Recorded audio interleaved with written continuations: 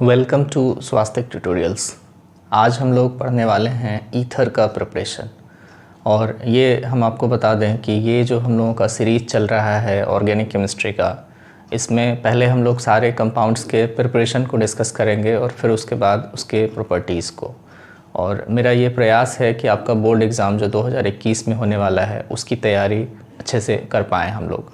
तो उसी सीरीज़ में हम लोग आज ईथर के प्रिपरेशन को पढ़ेंगे।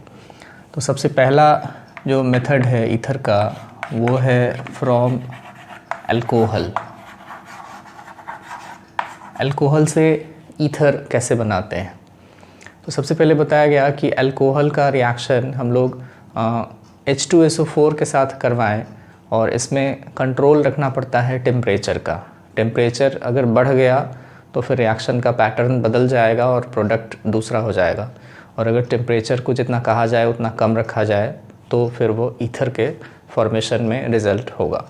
तो इथाइल अल्कोहल से हम लोग बात करें C2H5OH, और एक और मॉलिक्यूल इथाइल अल्कोहल हम लोग लेते हैं, उसको हम ऐसे लिख देंगे C2H5OH, और इसको H2SO4 के साथ 140 डिग्री सेल्सियस पर हीट किया जाएगा।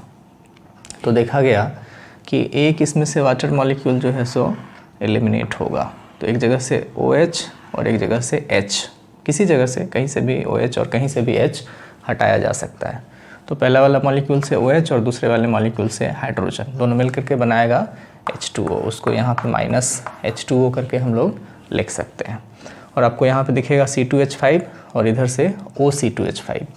तो यहाँ पे आसानी से हम लोगों को मिल जाएगा C2H5 OC2H5, that is diethyl ether, जिसको IUPAC नेम इसका इथॉक्सी इथेन हम लोग कहते हैं। तो इस तरीके से ईथर का प्रिपरेशन हो जाएगा। यहाँ पे ध्यान रखना है कि अगर if temperature is raised to 170 degree Celsius, then ethene is obtained। अगर टेम्परेचर को हम लोग बढ़ा दें, 170 कर देंगे, तो यहाँ पे एलिमिनेशन रिएक्शन होगा। अभी ये सब्स्टिट्यूशन रिएक्शन हो रहा है, और टेम्परेचर अगर 170 डिग्री सेल्सियस कर दिया जाएगा तो एलिमिनेशन होगा और इथीन बन जाएगा, दैट इज़ अल्कीन बन जाएगा। फिर है अल्कोहल से ही हम लोग ईथर का प्रिपरेशन का एक दूसरा मेथड लिख सकते हैं कि यहाँ पर भी C2H5OH, फिर यहाँ पर HOC2H5, सिर्फ H2SO4 के बदले Al2O3 लिया जाएगा। और एलुमिना इसको कहते हैं, एल्युमिनियम ऑक्साइड है, एलुमिना कहते हैं। इसको हीट करना है 250 डिग्री सेल्सियस पर। तो 250 डिग्री सेल्सियस पर जब आप इसको हीट करेंगे तो फिर से वही यहाँ से OH और यहाँ से H2O बन के बाहर जाएगा। तो यहाँ लिख देंगे माइनस H2O, और इधर C2H5 OC2H5, that is ether हम लोगों को मिल जाएगा। C2H5 OC2H5, फिर से इथॉक्सी इथेन मिल जाएगा। ये दोनों मेथड जो हम लोगों के पास दिख रहा है अल्कोहल से, इस दोनों का लिमिटेशन क्या है कि सिर्फ हम लोगों को सिमेट्रिकल ईथर मिलेगा। सिमेट्रिकल ईथर कहने का मतलब ये जो ईथर फंक्शनल ग्रुप O दिख रहा है, इसके इस साइड और इस साइड जो अल्काइल ग्रुप रहेगा वो सेम रहेगा। तो यहाँ लिख सकते हैं कि by this method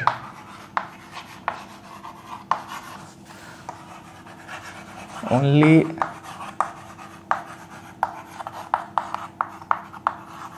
symmetrical ethers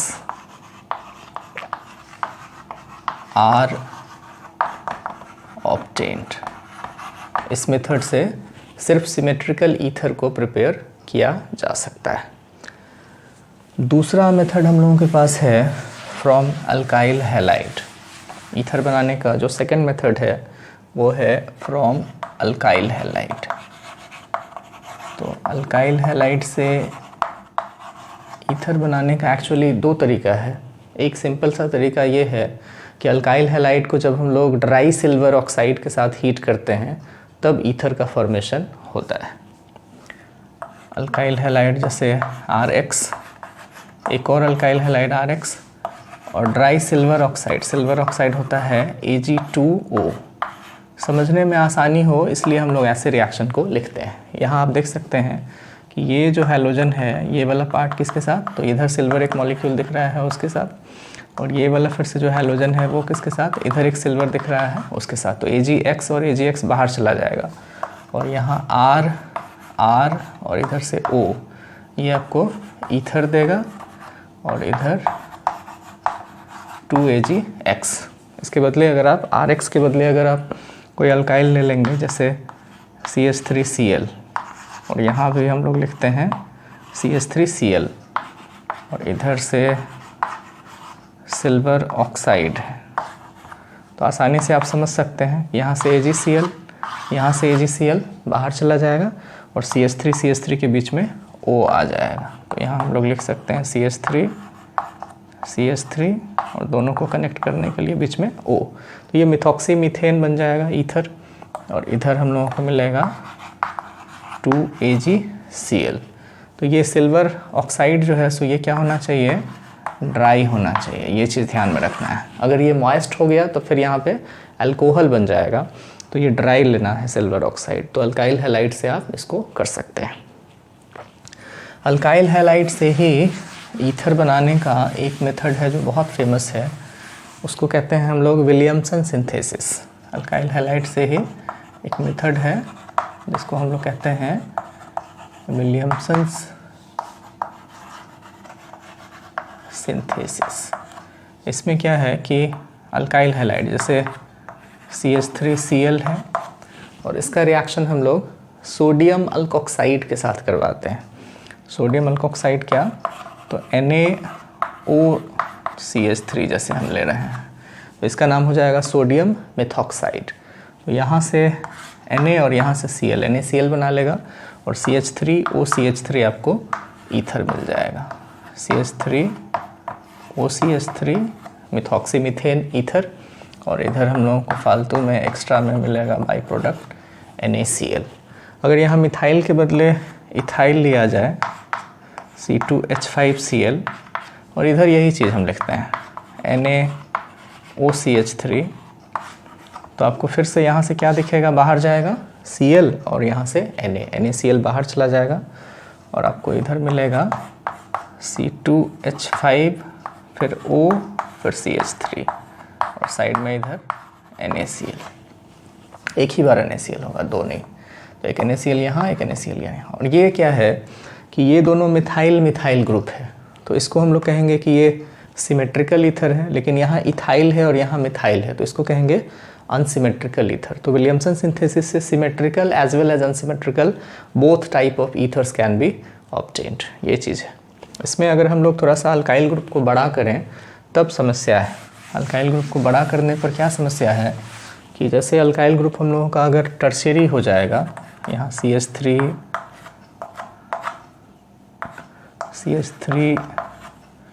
और ये CH3Cl, ये जो है सो हम लोगों के पास 3 डिग्री अल्काइल हैलाइड हो गया। इसका रिएक्शन अगर NaOCH3 के साथ करवाते हैं तो जैसा हम लोग एक्सपेक्ट कर रहे थे इसमें भी कि यहाँ से Na और यहाँ से Cl NaCl बन के बाहर जाएगा, वो नहीं हो पाता है, क्योंकि वो जो रिएक्शन सब हो रहा था पीछे वो सब न्यूक्लियोफिलिक सब्स्टिट्यूशन रिएक्शन था। और न्यूक्लियोफिलिक सब्स्टिट्यूशन रिएक्शन में क्या दिक्कत है कि 3 डिग्री के साथ वो न्यूक्लियोफिलिक सब्स्टिट्यूशन और एलिमिनेशन दोनों में कॉम्पिटिशन होने लगता है।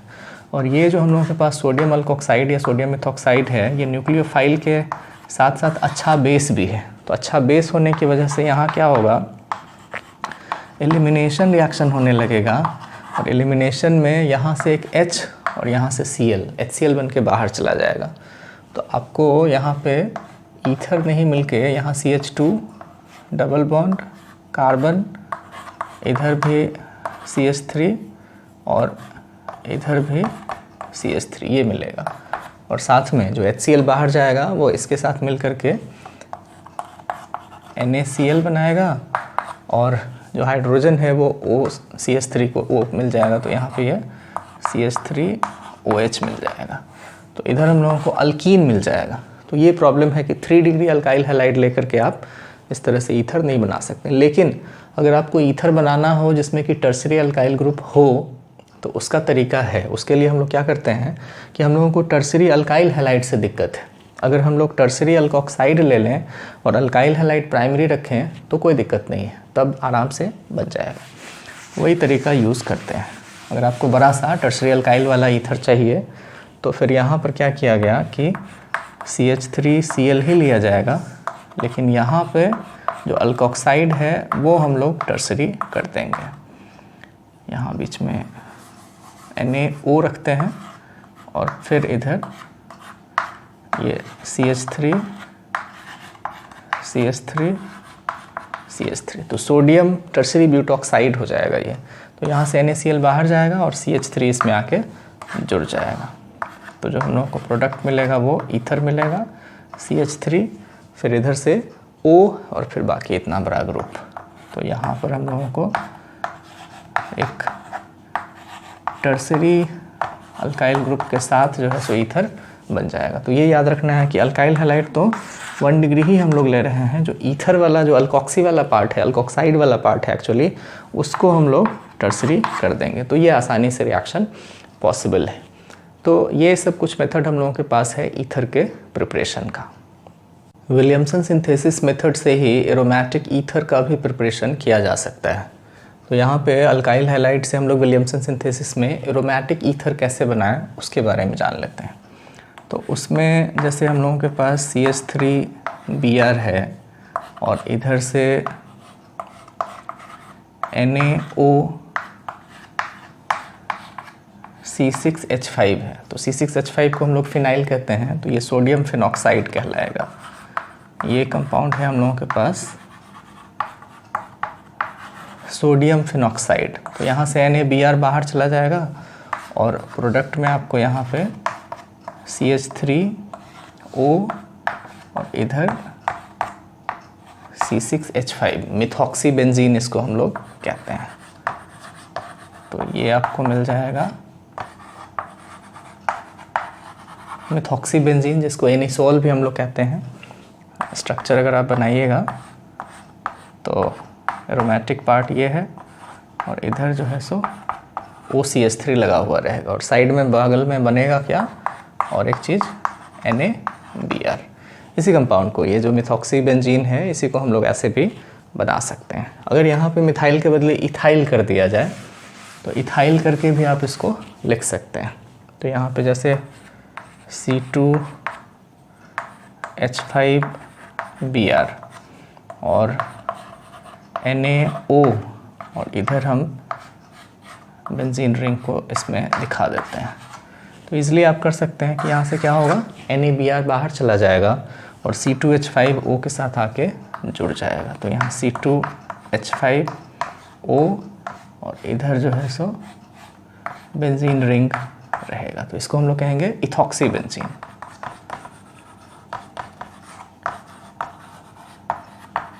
इथॉक्सी बेंजीन बनेगा और साइड में क्या बाहर जाएगा, तो NaBr बाहर जाएगा। तो इस मेथड से, विलियमसन सिंथेसिस से एरोमेटिक ईथर भी हम लोग प्रिपेयर कर सकते हैं। ईथर के प्रिपरेशन का एक और मेथड है हम लोगों के पास, बाय द एक्शन ऑफ डाइजोमीथेन। डाइजोमीथेन हम लोग कहते हैं CH2N2 को, ये डाइजोमीथेन है, ऑन एल्कोहल्स और फिनॉल। एल्कोहल या फिनॉल के साथ अगर डाइजोमीथेन का रिएक्शन करवाएं in presence of HbF4। HbF4 को हम लोग कहते हैं फ्लुओबोरिक एसिड। तो इसके प्रेजेंस में फिनॉल का या फिर इथेनॉल का रिएक्शन करवाएं तो ईथर बनेगा। कंडीशन इसमें क्या है कि only methyl ether is obtained. जो ईथर बनेगा उसमें सिर्फ मिथॉक्सी ग्रुप आपको दिखेगा कि जुड़ा हुआ है।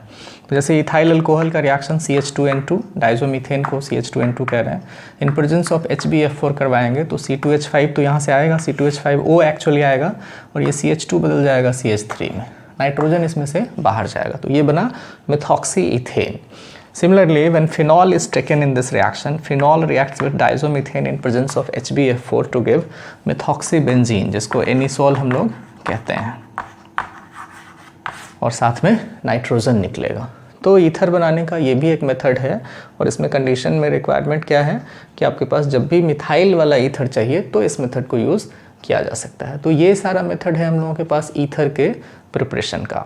होप कि आपको ये तैयारी जो है सो प्रिपरेशन समझ में आ रहा होगा। और आगे हम लोगों के पास अब कुछ ही फंक्शनल ग्रुप बाकी रह गया है, अल्डिहाइड, कीटोन, कार्बोक्सिलिक एसिड और अमाइंस। इन चारों के प्रिपरेशन को कंप्लीट करने के बाद हम लोग फिर इन सबों के प्रॉपर्टीज़ के बारे में डिस्कस करेंगे। और ये जो तरीका है ये थोड़ा सा डिफरेंट आपको दिख रहा होगा, बट रिवीजन मटेरियल ये काफ़ी अच्छा होगा। और अगर फर्स्ट टाइम भी आप पढ़ रहे हैं तो भी आपको कोई दिक्कत नहीं होगी। रिएक्शंस को आप आसानी से वीडियो रोक करके लिख सकते हैं और कोई डाउट हो तो वो कमेंट में जा कर के हमसे पूछ सकते हैं।